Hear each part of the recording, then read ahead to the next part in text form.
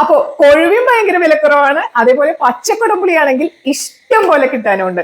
അപ്പൊ നമുക്ക് കൊഴുവിയും പച്ചക്കൊടംപുളിയും വെച്ച് നല്ലൊരു സൂപ്പർ സ്പെഷ്യൽ കറി ഉണ്ടാക്കാം. അപ്പൊ മൺചട്ടിയിൽ വേണം തയ്യാറാക്കാനായിട്ട്. എന്താ വെച്ചാൽ പച്ചക്കൊടംപുളിയാണല്ലോ, അപ്പൊ മൺചട്ടിയാണ് നല്ലത്. മൺചട്ടിയിലേക്ക് വെളിച്ചെണ്ണ ഒഴിക്കുക. എന്നിട്ട് കുറച്ച് ഉലുവ ഇട്ട് കൊടുക്കുക.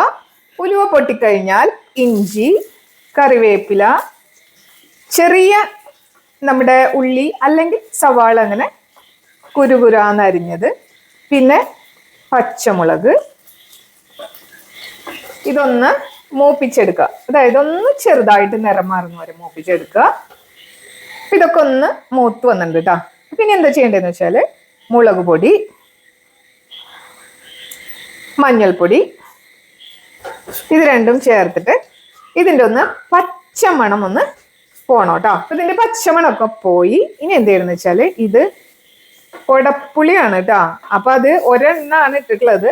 പുളി നോക്കിയിട്ട് ഇടുക. മീൻ്റെതൊക്കെ ഇതൊരു ചെറിയ കൊടപ്പുളിയായിരുന്നു, ഇത് ചെറുതായിട്ട് അരിഞ്ഞതാണ്, ഇത് ചേർത്തിട്ടുണ്ട്. അപ്പോൾ 1/2 കിലോ കൊഴുവയാണ് എടുത്തിട്ടുണ്ടായിരുന്നത്. ഞങ്ങള് തൃശ്ശൂർക്കാർ കൊഴുവാന്നാണ് പറയുക. നത്തോലിന്ന് മറ്റുള്ള ജില്ലക്കാർ പറയുന്നത് കേട്ടിട്ടുണ്ട്. പക്ഷെ ഞങ്ങൾ തൃശ്ശൂർക്കാർക്ക് ഇത് കൊഴുവയാണ്. വെള്ളം അങ്ങോട്ട് ഒഴിച്ചു കൊടുക്കാം.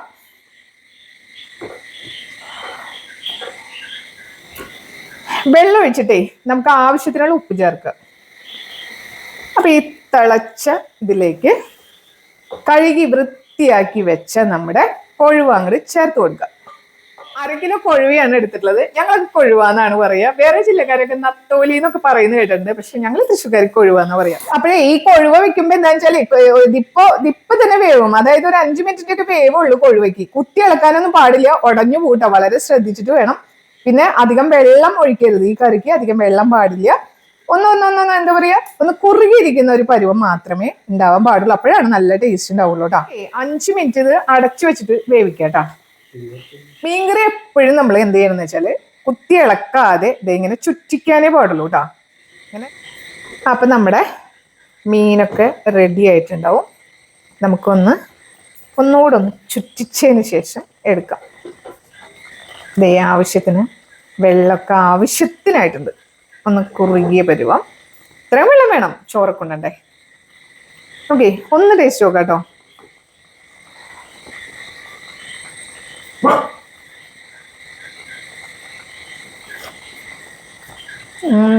സൂപ്പറായിട്ടുണ്ട്. അപ്പോഴേ തീർച്ചയായിട്ടും നിങ്ങളിത് ഉണ്ടാക്കി നോക്കുക. വളരെ ടേസ്റ്റി ആയിട്ടുള്ളൊരു കറിയാണ്.